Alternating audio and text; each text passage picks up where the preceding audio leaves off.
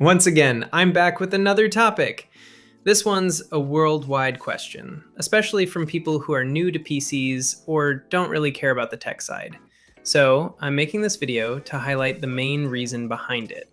You know the title. Why resetting Windows 10 or 11 fixes slow and buggy PCs. And it's not just about that. Even a fresh OS can make your system faster, but over time, it slows down again.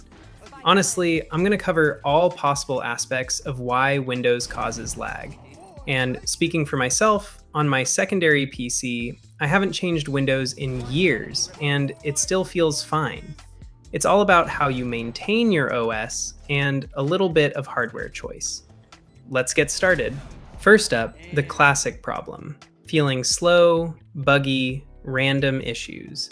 There are so many things that can cause this, but let's cover the basics. Stuff that's basically optimization. In Windows 10, when you install a fresh copy, it feels fast and responsive at first, but over time, FPS can drop. That's mostly because Windows 10 has a ton of background stuff running. Luckily, you can tweak it a bit. Go to Settings, Privacy, and disable some options there. It won't harm anything, it's mostly data collection stuff. But if you have a slow internet connection, it can sometimes affect ping. On the left side, scroll down to Background Apps. There are tons of apps that start running when you log in. Disabling them can improve performance. Don't worry, disabling doesn't make them useless. They'll still run when you open them, but until then, they stay quiet, reducing stress on CPU and RAM.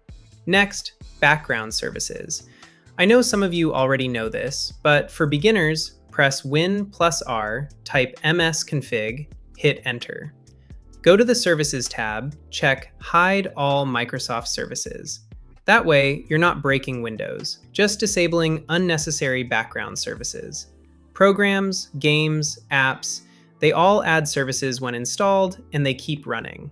On a clean system, it's easy to see which ones are safe to disable. For example, in Windows 11, there are tons of services. Some are important, like VGC for Valorant. If you disable that, Valorant won't launch, because Vanguard is the anti-cheat system. Same with some AMD services, Chrome stuff, so yeah, if you're confused, just Google it. Google's AI now explains most of this in detail. You can even go into AI mode there and get your doubts cleared. Now, let's talk hardware, specifically RAM. Yes, in 2026, if you're on Windows 11, ideally you want at least 32 gigabytes. Some beginners might say, I have 16 gigabytes and never face lag. And that's true. They probably don't notice much because they haven't used 32 gigabytes yet. Or maybe they're playing light games. It's like a 60 Hz player who hasn't tried 144 Hz. Once they do, they see the difference. RAM over time stores cache and slows down your PC. A quick restart restores performance, but yeah, who actually does that? That's why I recommend the RAM map tool. It cleans up RAM cache and frees up space for fresh work. Also, there's a service called SysMain, used to be Superfetch. In new systems, it still exists. If you disable it, your PC might take a few extra seconds to boot because SysMain preloads stuff into memory.